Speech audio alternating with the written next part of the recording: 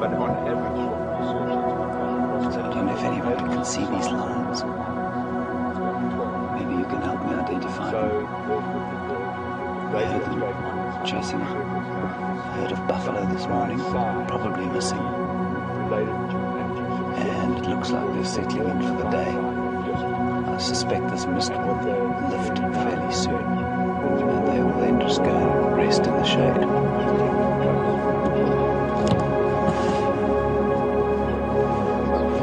They will go and rest in the shade and do what lions do best, which is nothing.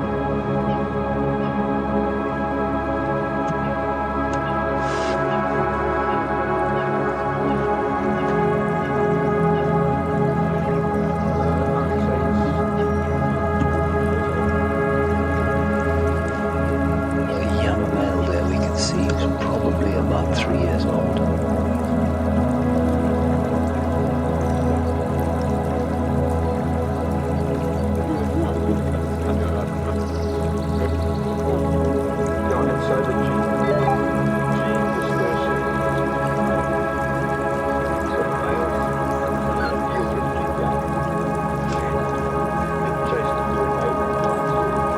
Perhaps somebody can send through some information on this pride for me. If any of you know the history or you've seen them, you can tell me what's going on with them and who they are.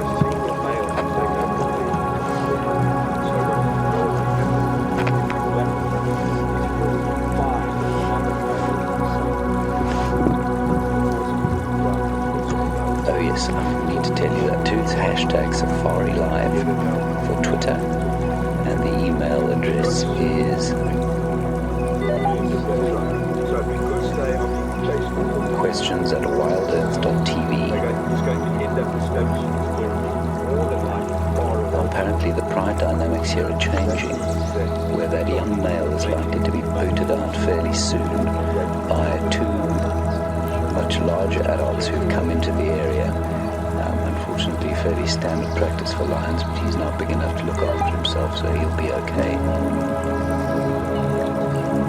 As far as I'm aware, there aren't any small cubs here. And as I'm sure you all know, infanticide is a large part of lion behavior. And big males coming into an area like this will normally kill cubs that are below a year old. But I don't see any youngsters that age at the moment.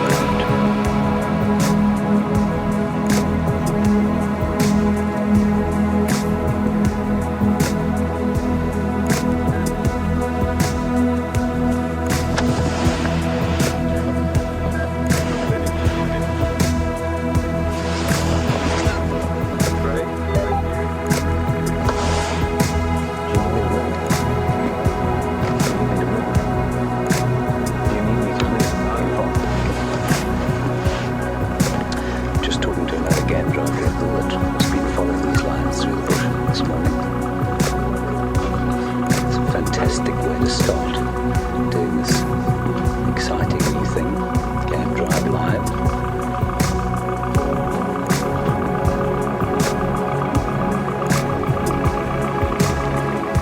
As the mists lift,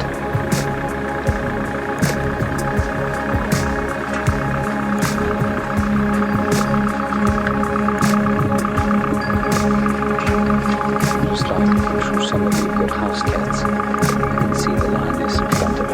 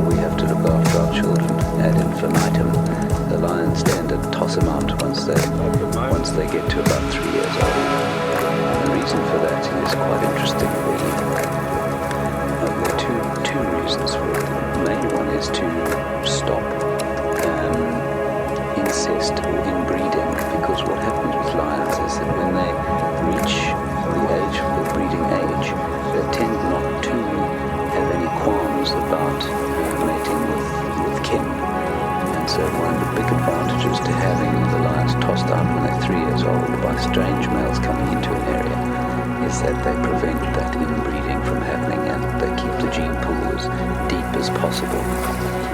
The other reason is that often in a pride like this, if the males have been around or the dominants have been around, here we go, got some action here.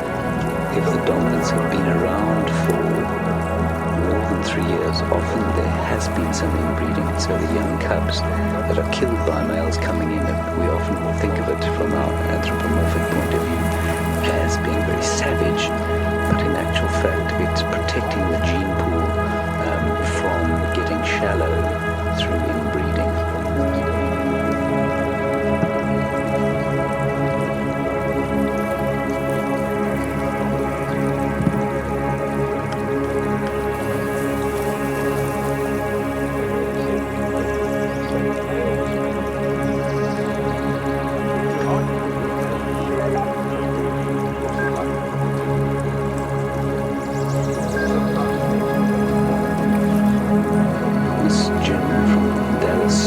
Welcome to you. You're obviously a bit of an insomniac. Welcome. Nice to have you with us. We want to know how old is the average for a male to be tossed out of a pride. It's normally on their reaching sexual maturity, which is probably between 2.5 and 3 years. Now, sexual maturity for lion is 2.5 and 3 years, but that's not when they get to their biggest. Their optimum size is probably between 6 and 8 years. 8 years they'll start to lose muscle mass slightly, but 6-year-old lion, 6-7-year-old lion is a big size male, and he's going to be at his maximum mass then up to 8. So, but between 2.5 and 3, if there are other males in the area, if his father is in the pride, he will be thrown out there. I hope that answers your question, Miss Jim.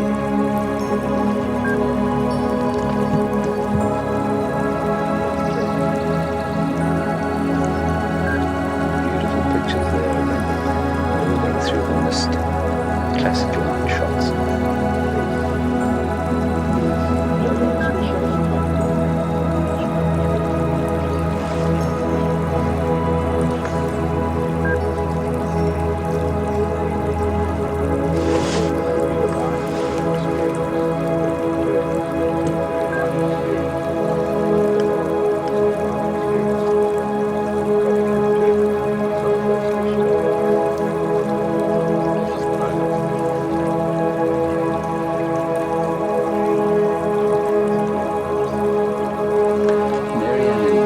Wants to know, is it possible that lionesses might kill their own cubs? Marianne, yes, it's possible. I wouldn't say it's typical lion behavior. I have certainly seen it happen, where the female will actually eat her own cubs. So I've not seen her physically kill them, but if there is a food shortage or she's for some reason stops lactating because she can't eat, she will either leave them to their fate, or she might kill them. It will be abhorrent behavior. It will be very unusual behavior for her to actually kill them, not so much to eat them. And the reason for that is obviously one doesn't want to, in times of food shortage, you don't want to waste nutrients that might be there. And secondly, we often think of lions or wild animals as being sort of the kind of creature that will protect their young to the death. And that doesn't make a great deal of sense from an evolutionary point of view, because an adult female protects her young to the point that she is injured, negates her ability to then breed further, and even if the cubs survive whatever trauma it is that she's had to defend them from, they won't survive to adulthood without her. So to answer your question, it would be abhorrent behavior for her to kill them, but not unusual for her to eat them should they die from starvation or if they're killed by some other animal. I hope that answers your question, Marianne.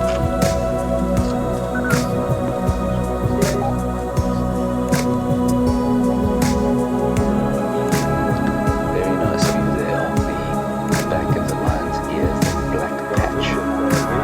The only cats that I know of that have that black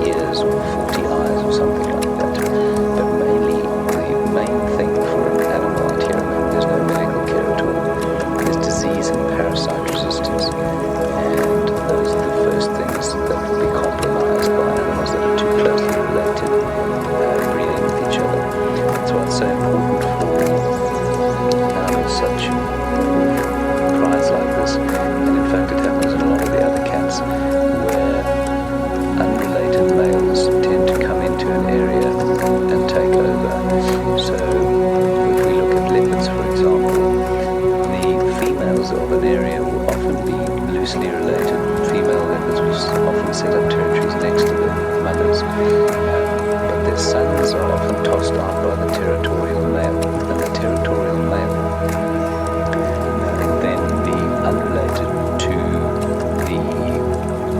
the females of the area, so that keeps the gene pool a bit deep for a generation or two. Sometimes there will be some inbreeding. So if we go back to the lions, the males that take over this pride, I know that apparently there are two in the area that are starting to dominate here.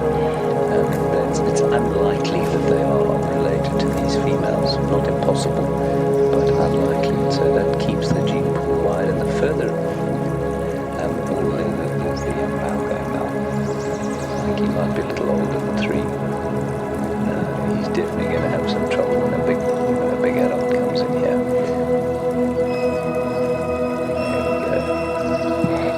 You can see them, they like to lie close, especially if it's a bit cooler.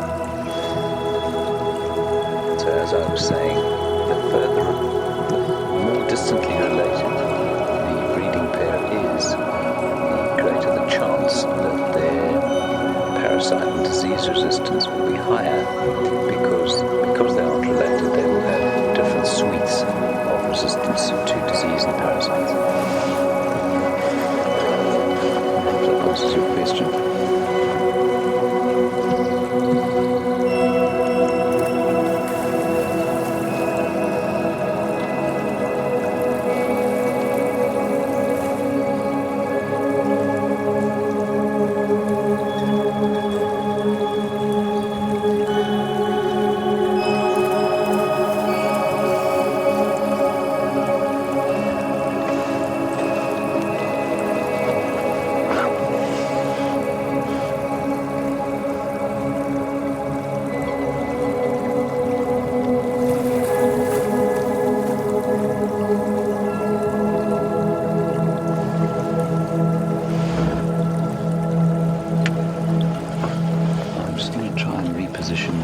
See if we can't get a better view now that young male has moved.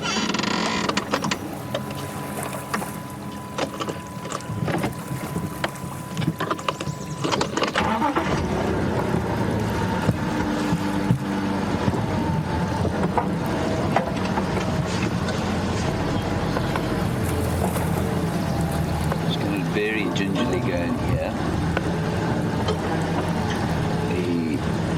Is quite thick, so we'll make a bit of noise, which I don't really want to do. But these lions, unlike some of their fragile cat cousins, tend not to be affected too much by the noise. They're so confident in their own ability to dominate the area and the situation. There we go.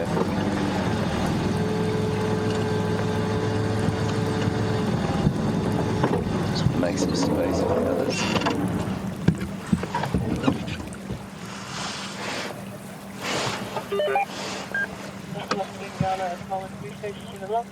Walter, Kirsty, and myself, Greg, on approach.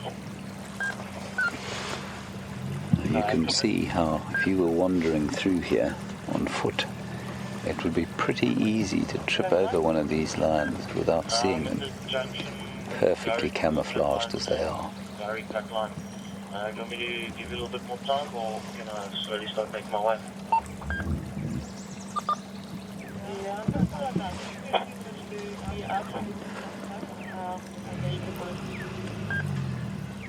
Alright, thanks.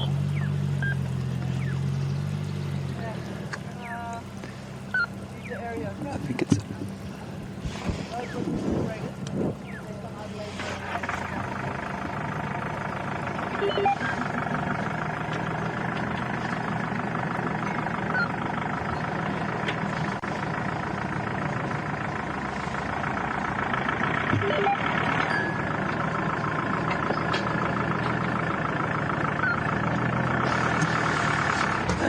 We're going to just hang around here for a little while and see what happens. It would be nice to try and get around to the other side, but there are 3 or 4 people trying to get in to see the sighting. The bush, as you can see, is quite thick around here, and for me to move around and get a sort of better view and a backlit view of the animals is going to be without disturbing them is going to be very difficult. So we're just going to wait here for a little while, and then we might try and move around just now.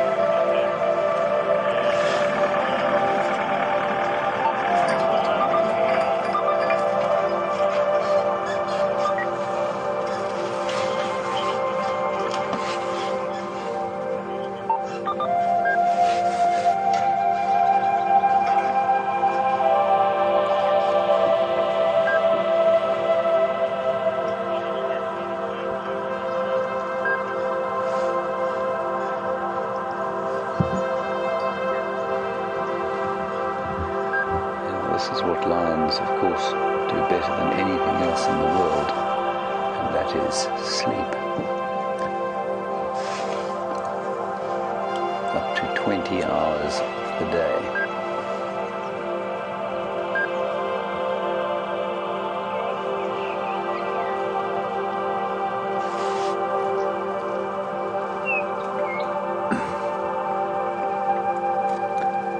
Thanks very much for that update. I'm afraid I didn't catch the name.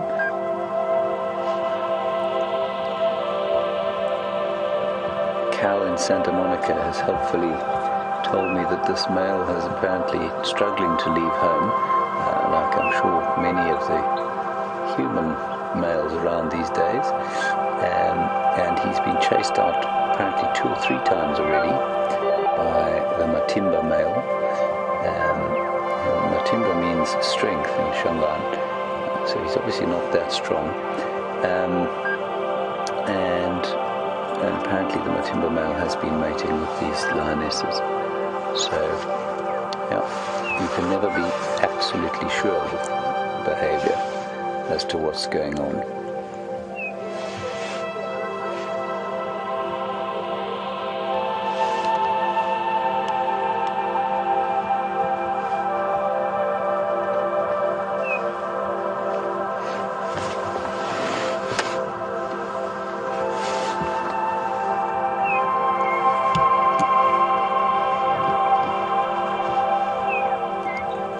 Angie in Ohio would like to know, will the dominant males eventually just accept him? Or what would happen? Will they just keep chasing him away, or what will happen? Angie, there's no definitive answer to that question. It's unlikely that he will last, should the males eventually decide to get really aggressive with him, because he's now going to see what will happen is that he will get to an age where he will now start to try and mate with other members of the pride, and that's normally when he will either have a fight to the death or he will leave. And normally he'll be much smaller. I haven't seen the Matimba males, but I'm assuming they're much bigger than him. If it comes down to a fight, he's going to lose quite badly, and then he would probably leave. I suspect that the males at the moment are probably not that aggressive with him because he hasn't tried to mate yet. I'm guessing here. I don't know that for sure. But sort of textbook lion behavior would be that they would come in and eventually chase him out. But the textbooks are proved wrong again and again. So yes, he might survive through his life with the pride. I think it's unlikely though. I hope that answers your question, Andrew.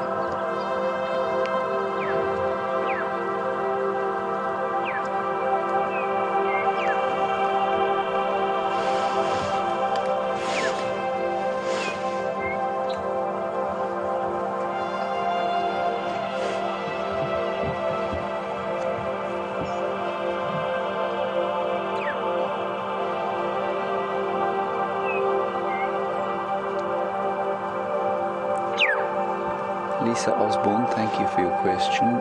Lisa wants to know, do the lions look well fed? From what I saw, they look fine. They don't look like they've just fed. They certainly look healthy though.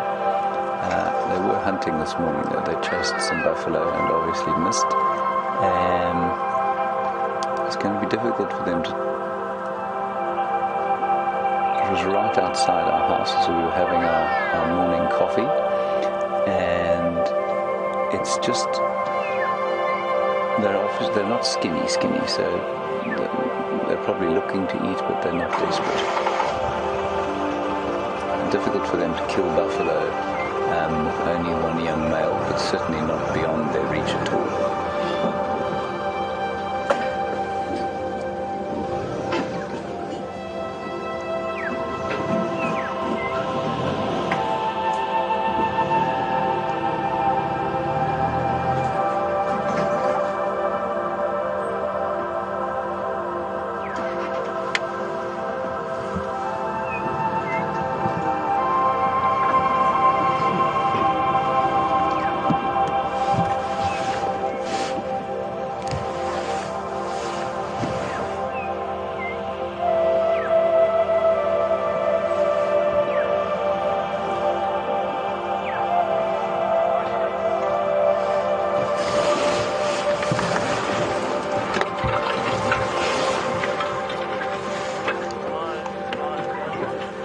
Going to wait for this other vehicle to position, and then we might try another view, but it's going to be difficult in this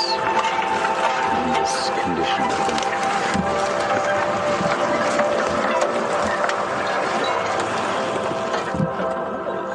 How's it? Great. James, how's it going?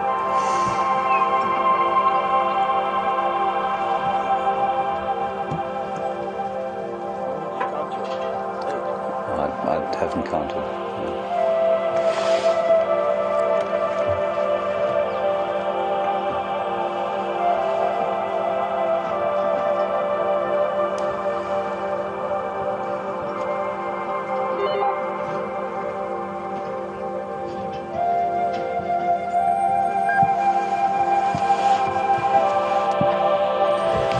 Just going to cross over to Mark now to see how he's doing.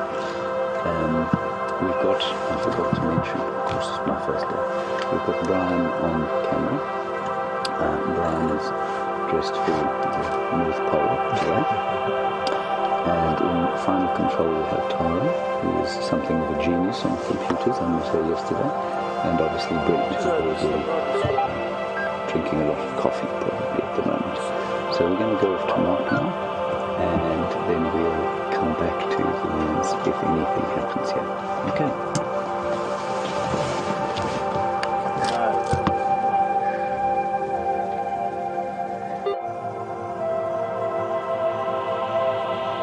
One thing about this mist, and it's starting to fade, is the light, especially with the sun rising, and the really, Vian called it eerie. It is a bit eerie, especially this morning driving in the dark with the mist. We should be seeing quite a lot of vegetation beyond this first line of trees, but it's all shrouded in mist. And this little open area, I can't remember what type of grass this is. It could be a couple of different grasses, but the light coming through the grasses is quite amazing. I know there's Agrostis in there, and some panicums. That is a funnel-web spider. It's not anything like the Australian or Sydney funnel-web from southeastern Australia. These are quite harmless funnel-web spiders, and with this mist we get a lovely idea of what spider webs look like, because the droplets that form on even the thinnest and tiniest strands of silk are quite amazing. Reminds me that we just passed something that I wanted to find for you elsewhere, but now that we're actually not too far from it, I'm going to go back shortly to... You can see them, one youngster there looks to be about 18 months, maybe 13, 14 months old, is doing some cleaning there with her friends. Also just reaffirming social bonds and just creating cohesion and pride, which is obviously very helpful if they're hunting or if they're trying to defend a territory. Lovely light coming through now onto them. Now that might look quite gentle. If that tongue was to scrape over the skin of your arm, for example, it would probably take off quite a substantial layer. Be like grinding your arm against a tar road. No, that's probably about an 18-month-old.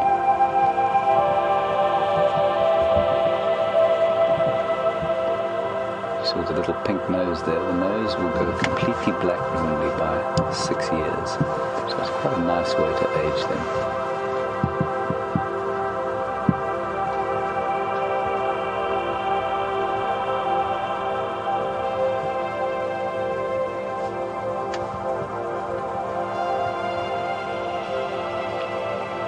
Also see quite nicely there, just catching the light, that stripe of white underneath the lion's eyes. A lot of nocturnal animals have some form of white marking on the face, which just helps reflect light into their eyes, we think. I mean, none of these things have been proven beyond a doubt, but that's the most plausible explanation for that white stripe there under the eyes, is that it reflects light into the eyes, and that helps obviously if you are mostly active in the dark.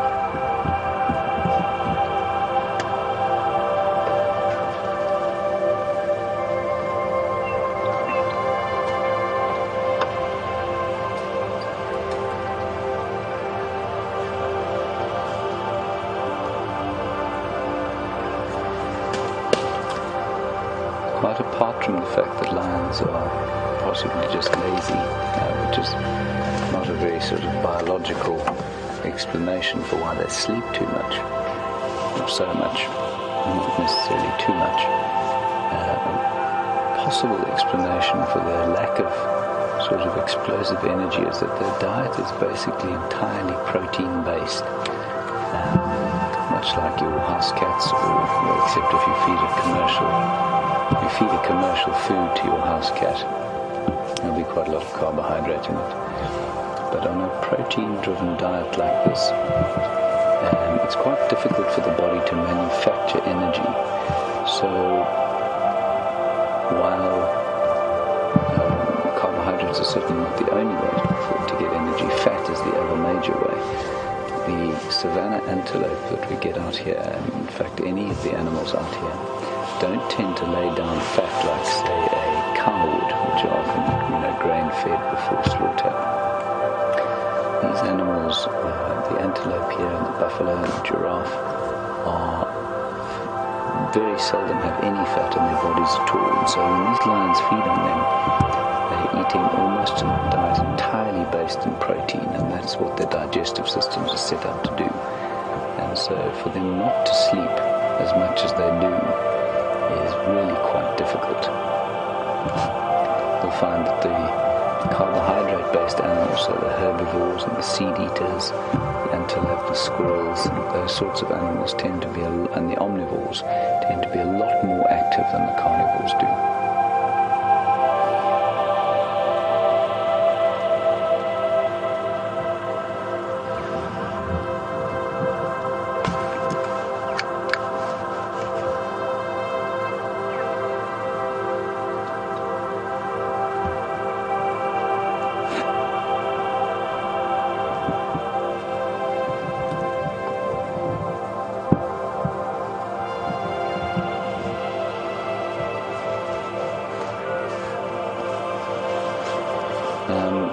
We've got a question from Donna in Niagara Falls in Canada.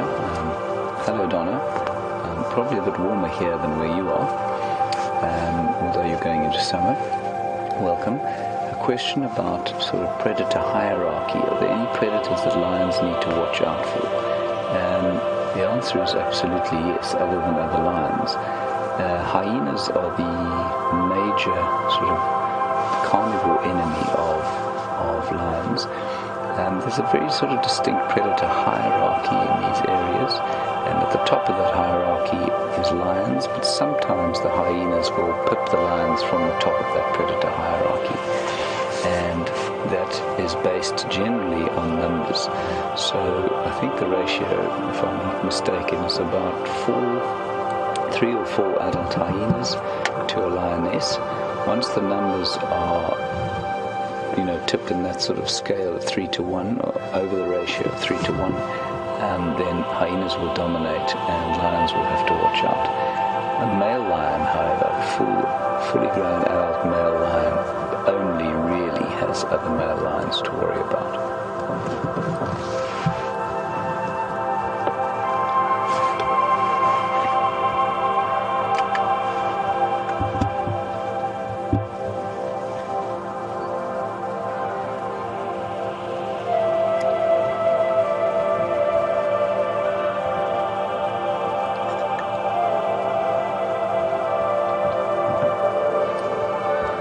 Virginia from Kentucky, as opposed to Kentucky from Virginia. A question about whether lions are subject to being endangered. I'm going to assume that you mean as a species. If that's not the case, just send through another question and I'll try and answer it for you. Lions are certainly threatened. They're not on the red data list as endangered just yet, but they are threatened. There are only we're not sure, but we think about 20,000 left in the world. Now, when you think 20,000 sounds like quite a lot, but not when you think about, say, a suburb of Los Angeles or a suburb of London, which would have sometimes in excess of 200,000 people in it. And so in the entire world, we've only got about probably 20,000 left of these lions. So although they're not classified on the red data list as endangered yet, they're certainly threatened, and their numbers are dwindling. And it's certainly because they're an apex predator, fluctuations in their numbers create far greater ructions in the ecology of areas than some of the other less keystone species. So it's what we term keystone species, which means that should population numbers of lions collapse, there will be enormous other changes in all the other ecological dynamics of an area. Another keystone species, for example, is something like an elephant.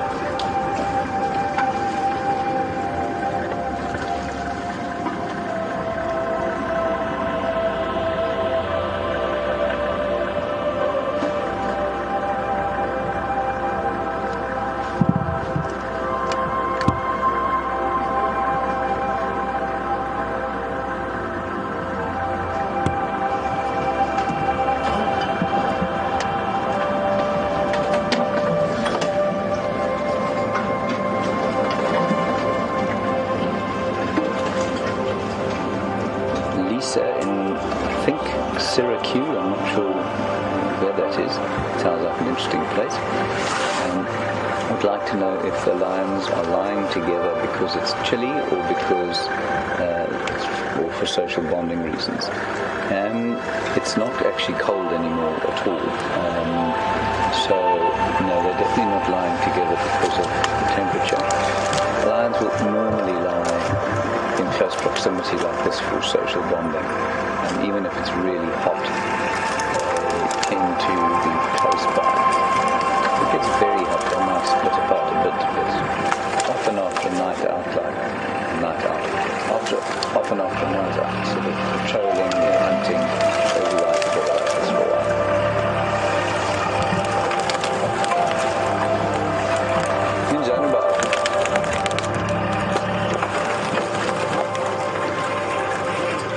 Charge tingala tahin. Minga charge tingala tahin.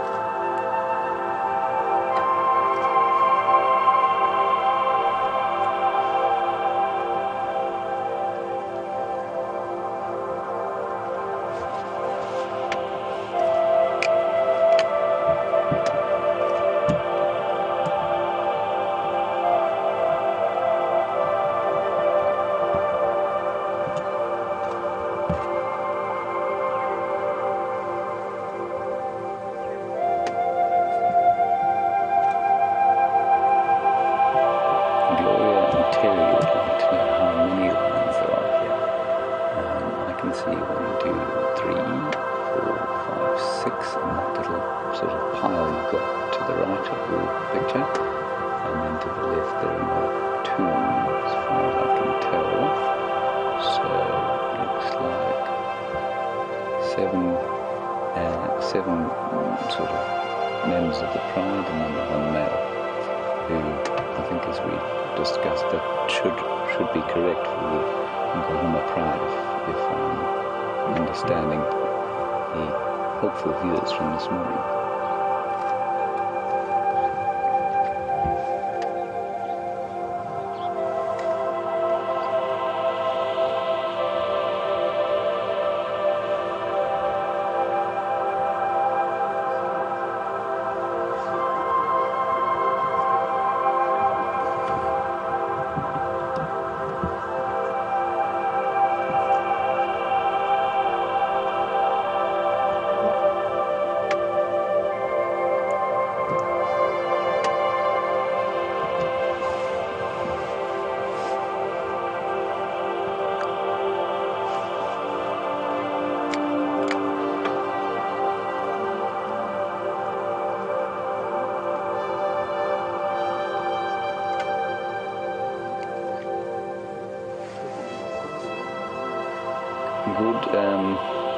Good question from Jonathan in Australia, just trying to figure out what time of the day he's sitting in. He's probably sitting down to his afternoon cup of tea, depending on where he lives. Jonathan, the coalitions in this area, he wants to know about coalitions and their sizes in this particular area and why they're so large. They're not always large. Certainly in the last few years in the Sabi Sands, there have been coalitions of sort of in 4 or 5 or 6 males. I think it's very much it's a very good question, but I think there's a lot of sort of random factor involved, so I'm not sure that it's necessarily a rule for this area. You'll probably find it has quite a lot to do with what they're hunting. As youngsters. So as youngsters, young male lions will often hunt bigger prey like buffalo, and so a larger coalition makes that job a lot easier. It also makes it easier to take a territory. But what often happens with those large coalitions is that they split and fragment once the territory's been taken. Beautiful coat, and the lioness as she rolls over. So, Jonathan, what will happen is that if a coalition of 6 people, 6 lions come into an area, they will dominate, say, the pride territories of 4 or 5 prides, but to maintain the cohesion of the 6th in the coalition over those 4 or 5 territories is almost impossible, because the amount of space that they have to patrol is so huge. So what will often happen then is that the coalition will split and into, say, 2 and 4 or 3 and 3, and when they meet up they'll be friendly, but they will spend less and less time with each other. The territory will almost be split between them, and that makes it a lot easier then for newer coalitions to come in and displace the existing ones. I hope that makes some sense.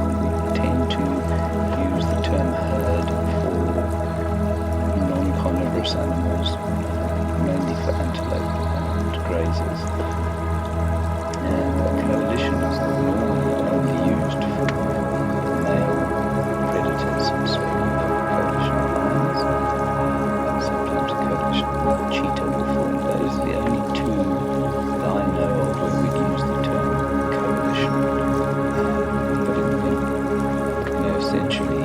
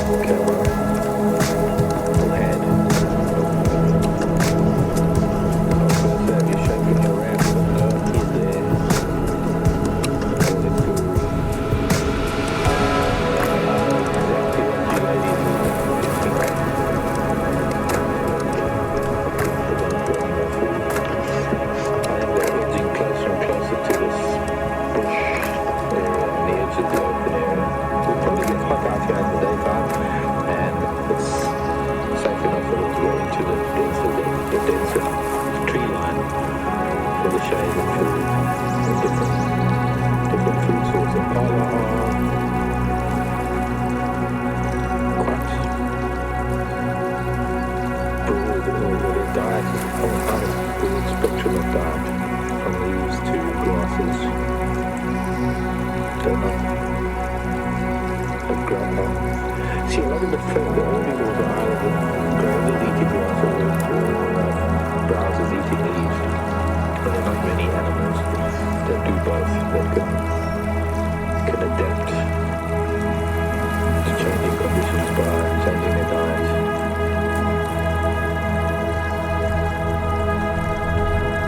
The giraffe has become such, has adapted to and has become such a special browser that if there were no trees there would be no giraffe, because they couldn't really rely on grasses.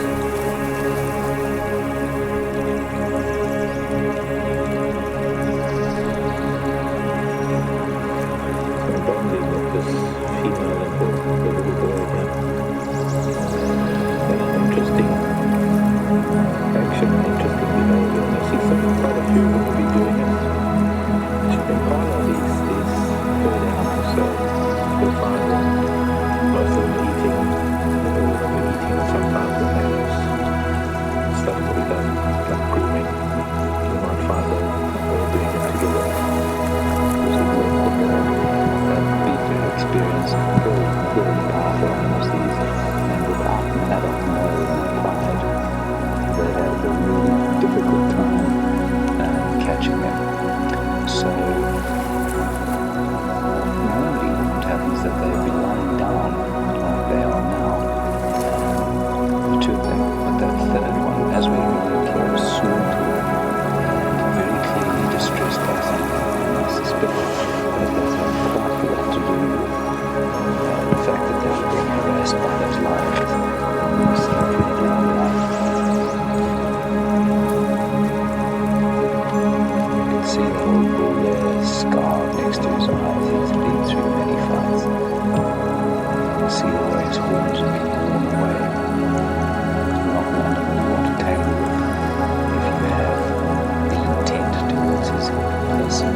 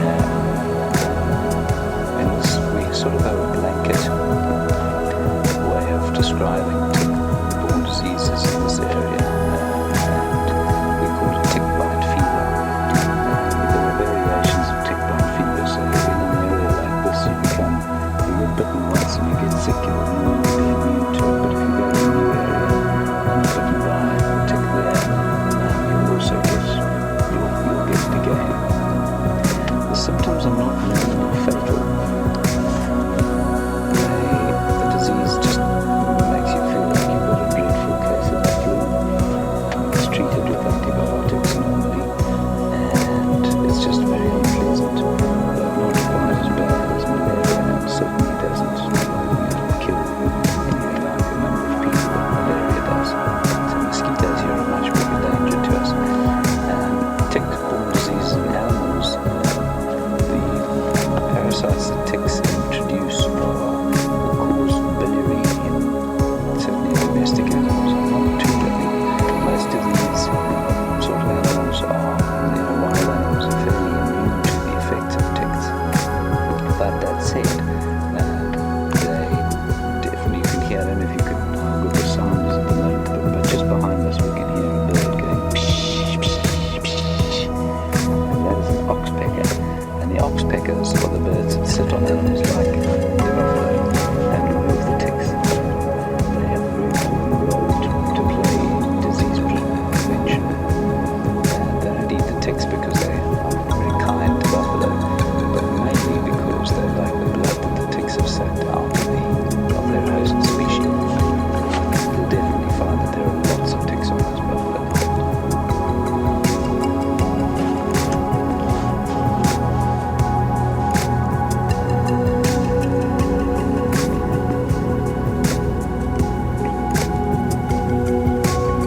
He's not happy with the vehicle coming on the road, and this buffalo is unusually unrelaxed. The other two are far more sort of chilled out, but I suspect they will meander down to the dam, which is just off to our left. You can see he's very unhappy.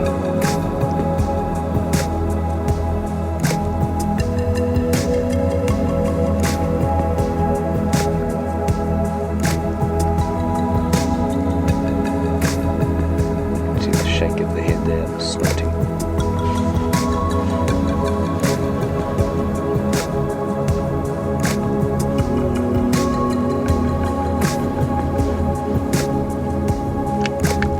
Gloria on Twitter was just commenting on the size of these animals. She says they're 1,800 to 2,000 pounds. Here in South Africa we've issued the imperial system in the 20th century. And we are now, so it's a big buffalo all the way up to 800 kilograms, which is enormous, which is, I think, if I'm not mistaken, really about 2,000 pounds.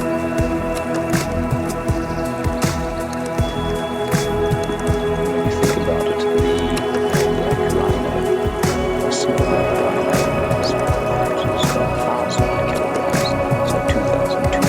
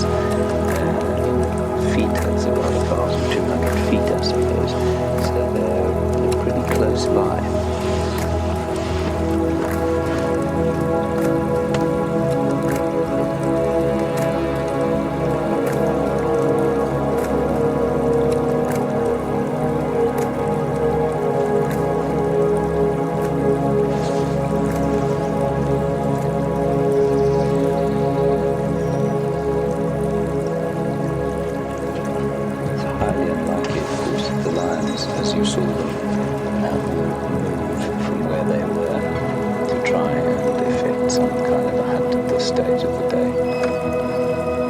But it's certainly not impossible.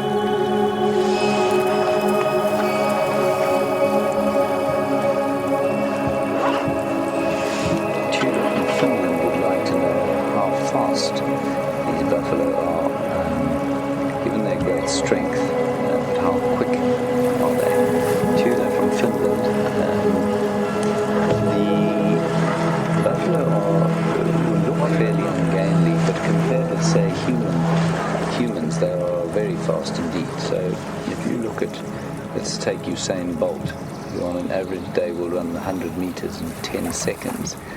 He is running that at an average of 36 kilometers per hour. I think a buffalo would probably leave Usain Bolt, certainly maybe not off a standing start, but definitely off a running start in the dust. They are not slow. And certainly there are no humans that could outrun them, but they're definitely not as fast as something like a lion. So they rely on their strength and their numbers. They'll only run as a panicked last resort from something like a lion. Normally they will turn to face them.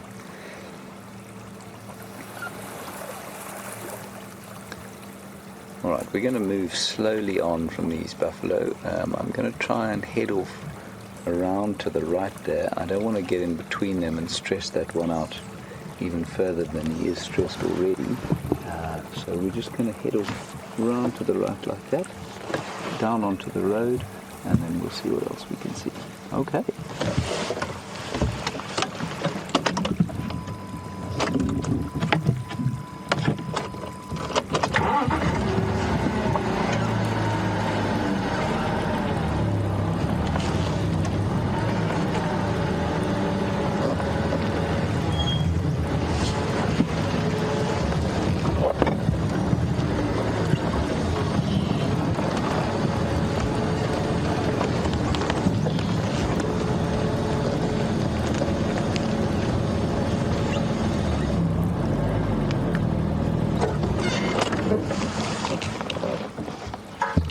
Wait here for a little while and see what they do.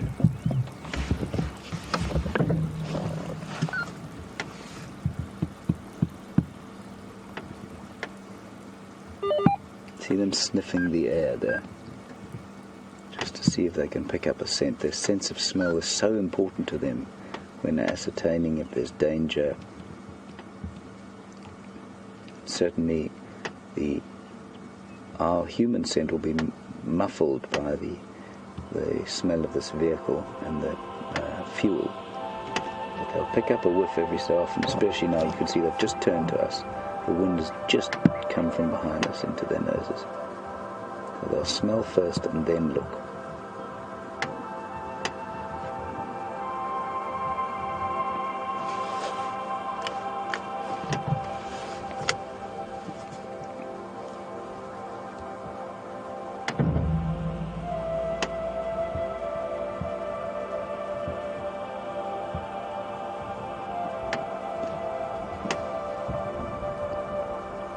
And we've just had a question from Shanae on Twitter, as I was sort of going through how important the sense of smell is. Shanae would like to know if they would smell the lions at a distance. At the current distance, I suspect they probably would pick up the odd scent if the wind was blowing directly from the lions, yes. Would it be very strong? Probably not very strong. Certainly you can imagine at night how important that sense of smell must be.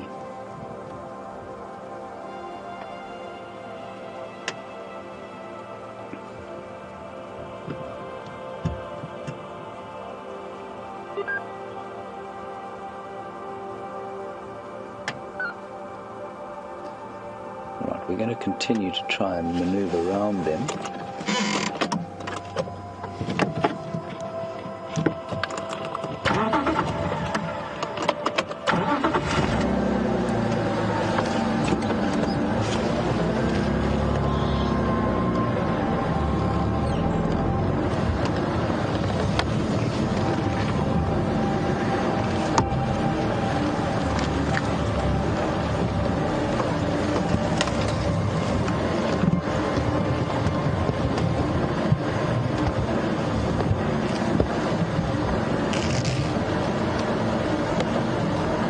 Penny, if you keep watching, we may just answer that question.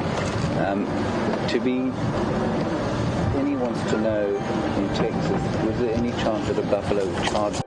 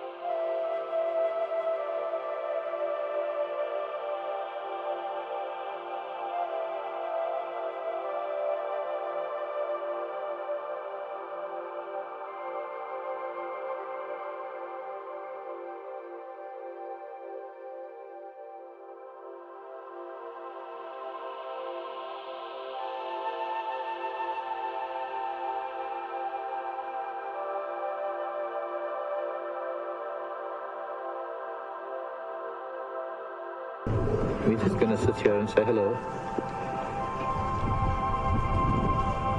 So it needs to decompose a lot first. It would probably be good to put in a compost heap to help compost, to help promote compost in a normal compost heap, so that a lot of those the tannins and things can leach out of it and then it can be broken down better. But it's as it is when it comes out of an elephant, it's still 70 to 75% of what went in. Good morning, madam and madam, two lady ellies with their babies.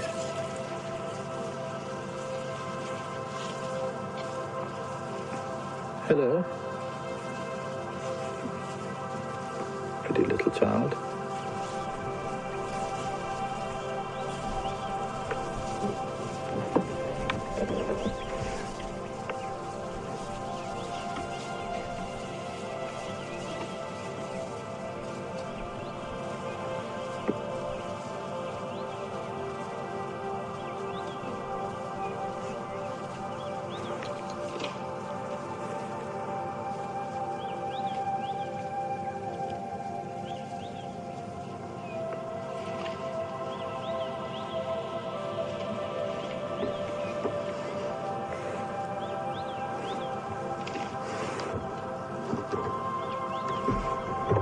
Let's see if we can go a little bit forward. Those youngsters are playing on it could be an old knobthorn that died a long time ago.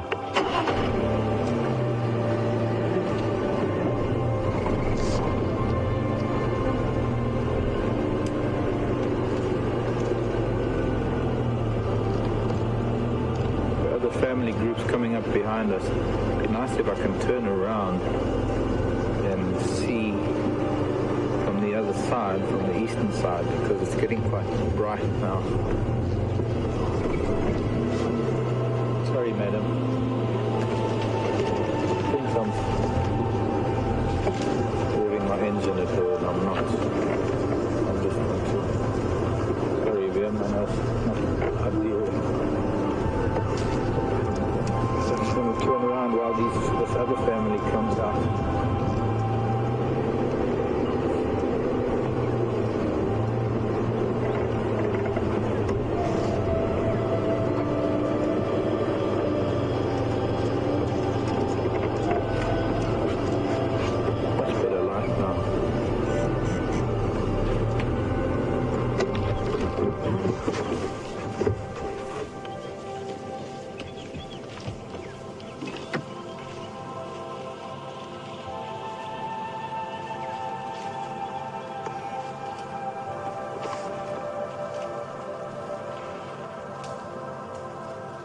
And even more family groups coming out behind this one that's just crossed the road. So I think if we sit here quietly. I didn't even start counting. Sometimes my brain doesn't think in counting terms, but both females that we first saw, I think they've each got 2 calves. This cow looks like she's got, how many came across with her? 3? I don't know, didn't count. Yeah. 4 of them that came across now the road. That's 10 altogether already. Plus another family group I can see in the background.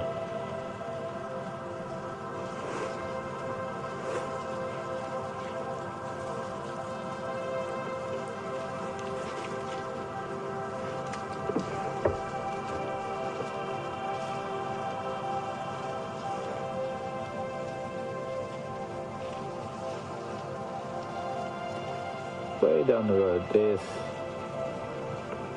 another.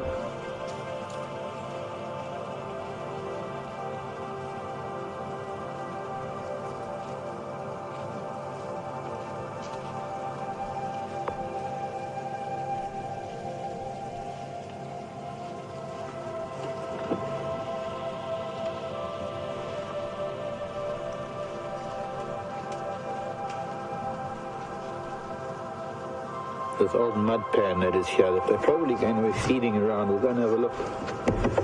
Known as Matandaluka pan.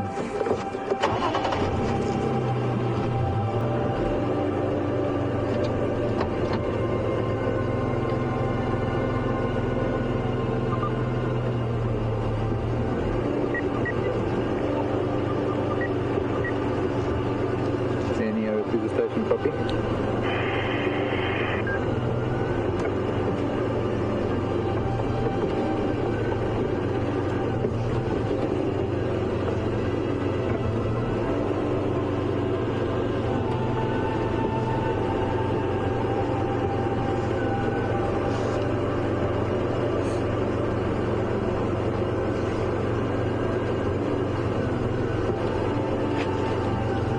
Train. I think this is the last one coming across now.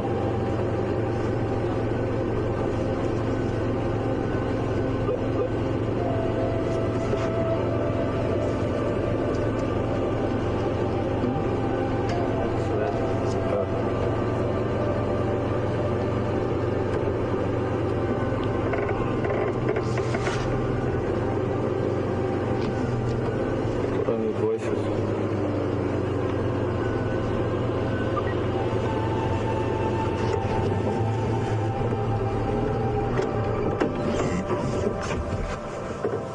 Hello, Mrs. Ellie.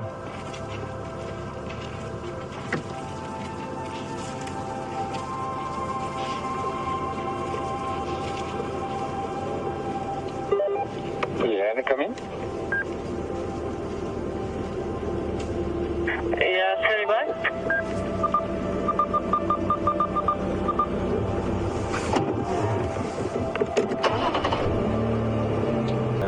Just touching past Arathusa Dam. Okay, sorry, Mr. Giraffe. I'm sorry, dude. You can calm down. I won't invade your safety space anymore.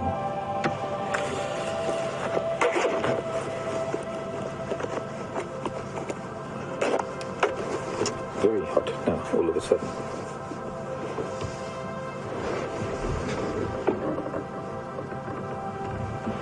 Big male giraffe is very dark.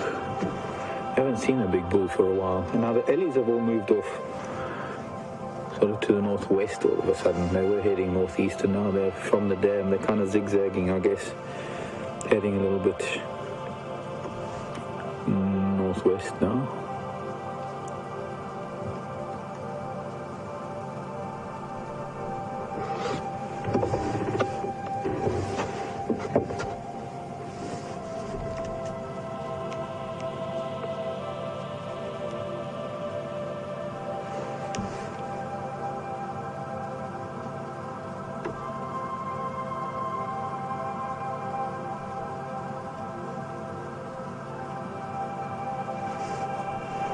Are you just gonna stand and look at us, watching you, Mr. G? Gosh, he's a big boy. Very dark. I think I said that already. Looking off to where the elephants have gone.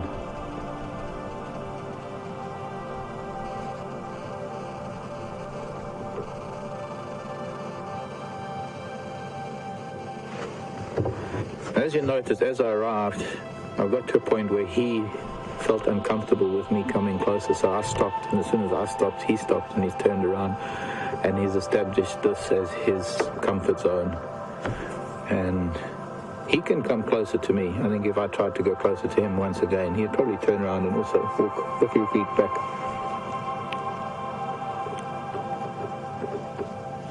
But his world has just been invaded by a herd of elephants and a couple of vehicles. Look at him, such a magnificent boy. Wow.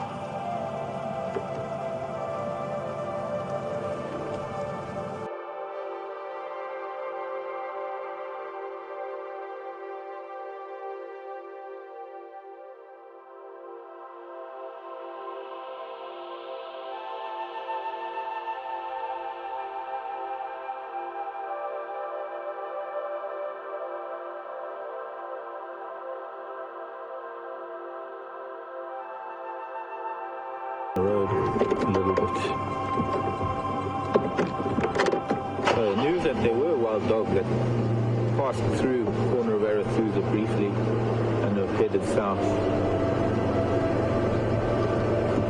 And the lion tracks that I've just seen now are actually the Nkuhumas that were all this way on Arathusa. We're right in the middle of Arathusa. They even got to Elephant Plains open area. About honest, the giraffe, I'd like to stay with you, but you're heading deeper in. Let's stop again. See if I can get a nice gap between the trees to look at him full height.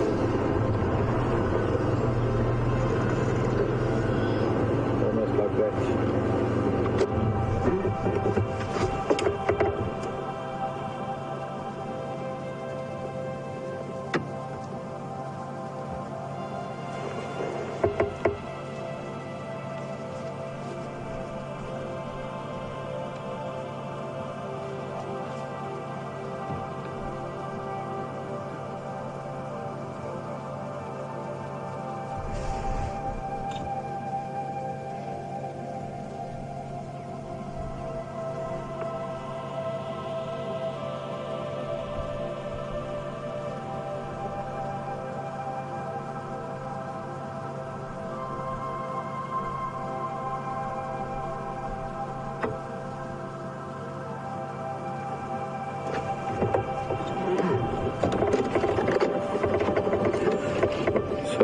Find lines, if not my best. Just sitting with an entire herd of elephant walking by. Oops.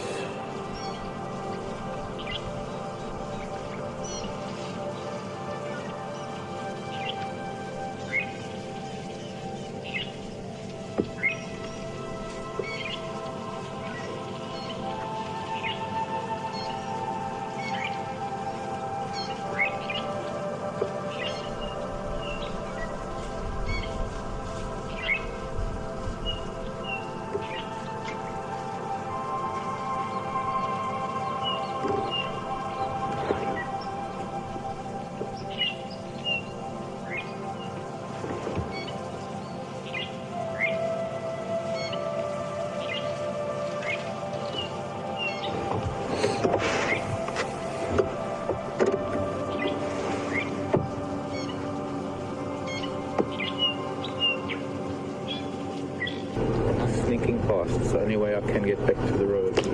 Anna Marie was sent it in a tweet. Wants to know if vultures raise their young. You know what? Vultures are here for a reason. And I've just found the reason. And the reason is a dead animal. It's weird that they are.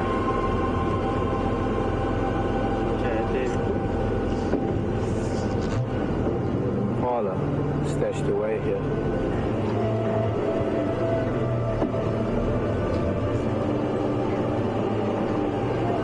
Sorry, I'm just gonna go. Looks like it's got a claw mark on the rump.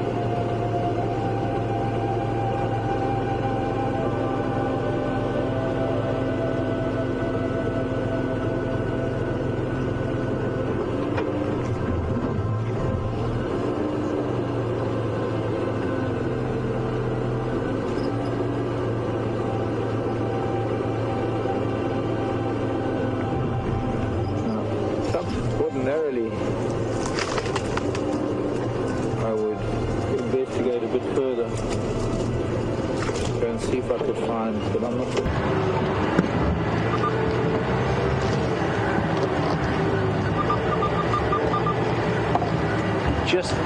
Just see them up in front of us there.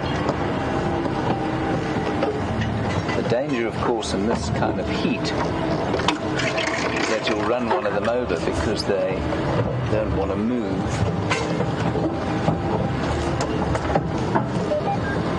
There they are. I'm just going to go around to the other side. We might get a better view of them. There's a nice view of the male. Stop here for a little while.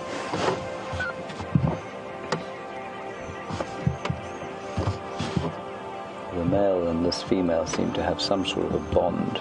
They've been together the whole morning, but that's not to say that it's necessarily permanent. You can see now we had that question earlier about whether they were lying together for warmth or for sociability, and I said as the heat builds, they may split apart a bit, and you can see the pride has fragmented a little.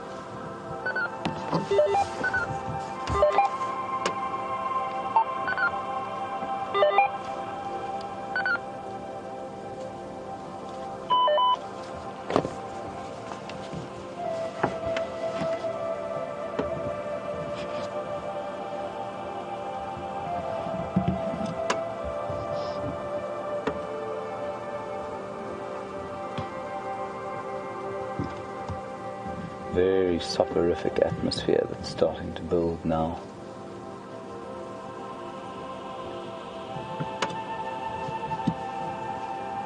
She's eating grass there, which is quite unusual. As you probably know from your domestic animals, carnivores often eat sort of fibrous material just to line their guts because they don't have much fiber in the diet, obviously.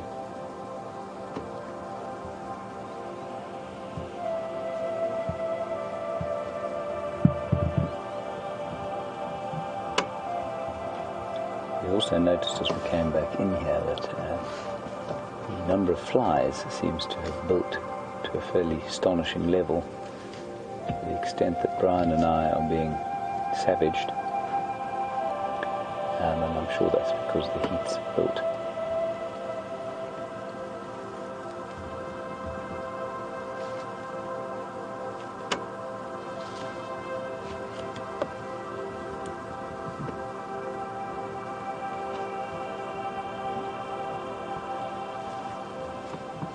As we head into midwinter, we've had a few questions from Finland, Niagara Falls, New York, Maine.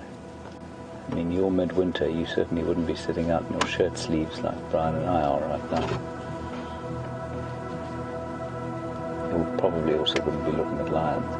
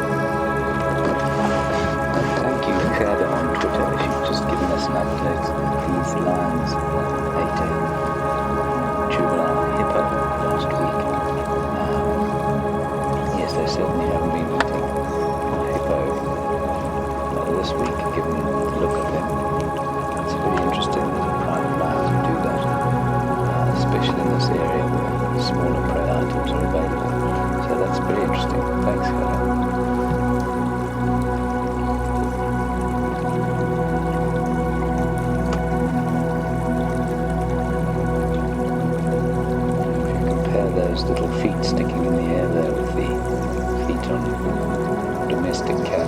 You'll see that the design is almost identical, just a miniature version.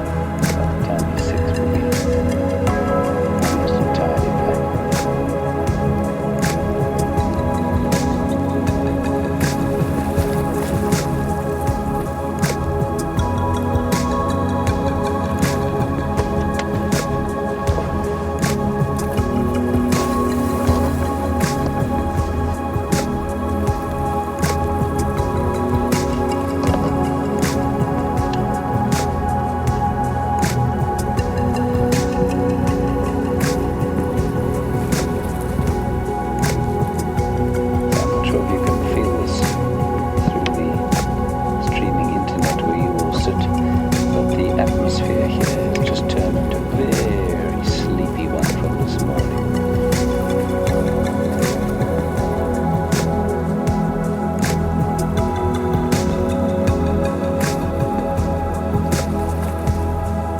Karina Cook would like to know, do lions have dew claws like domestic cats?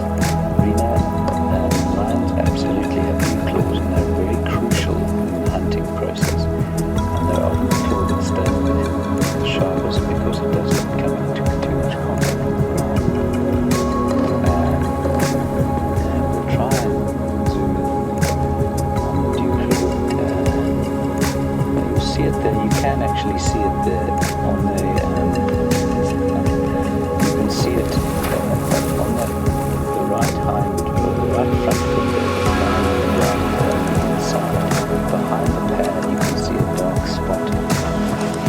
That's on where I'm sitting. That's probably where the dew claw is sheathed. Very sharp and very important during hunting.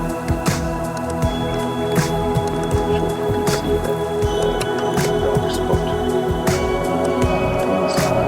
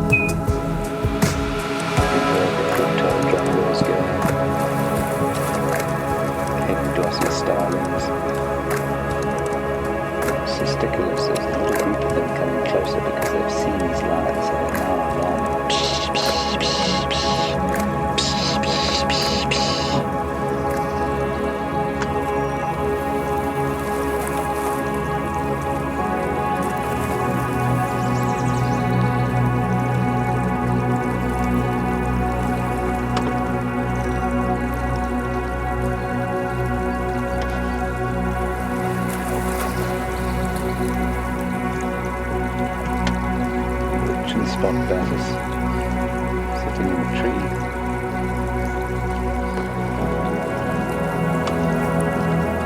We're going to cross over to Mark just so that you can see what he's doing and come back and say a final goodbye to this pride of sleep lions. Crossing to you, Mark.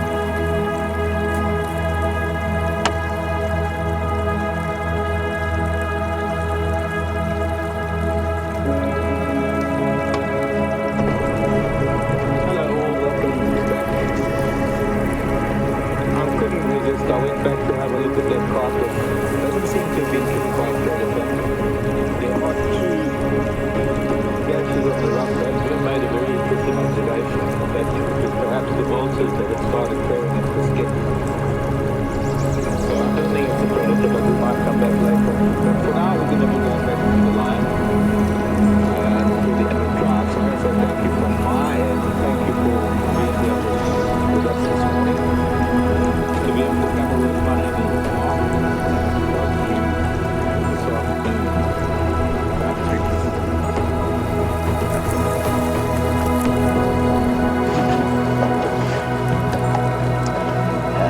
Welcome back. And we're just looking in the front of the car there. There's a beautiful blue colour of the Cape glossy starling. You can see its orange eye. Very easily confused in this area with something called a greater blue-eared glossy starling, but I've heard this one calling, so I know what it is. You can hear them calling just around. It's really soft too.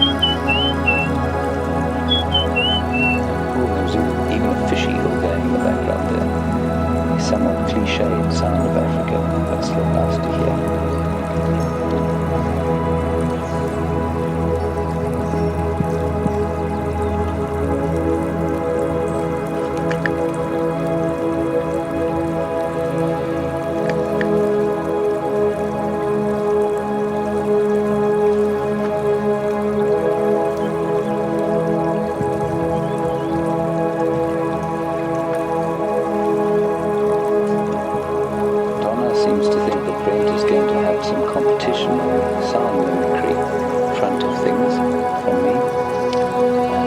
Well, thank you, Donna, that's very kind. It remains to be seen, I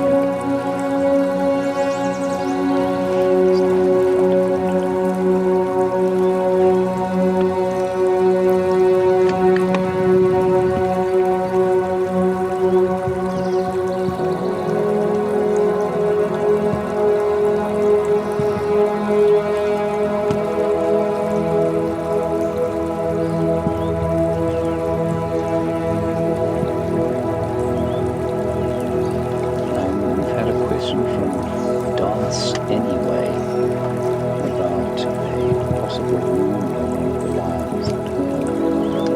I can see what she means. The line is here in front of us. And a question relates to whether it could be a TB lump that is draining. Dance Anyway, I couldn't answer that question. Safe to say that I've never seen a TB lump draining before.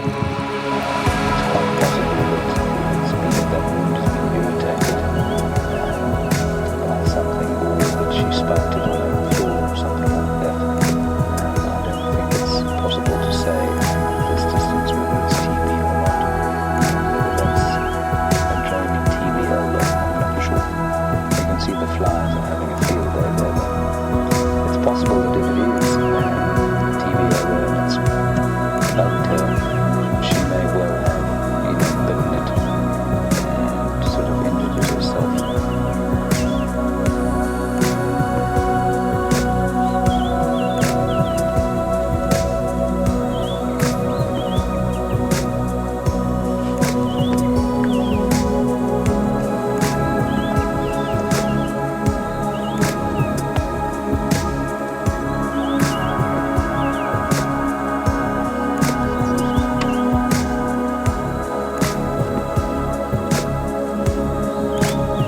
Question from Wisconsin about why domestic cats have got slit pupils and bigger cats seem to have round ones. And the answer to that is I have absolutely no idea, but I will make an attempt to find out and try and get back to you on the next drive. Sorry about that. Very interesting question. It must have something to do with the amount of light that is required, environment in which they evolved.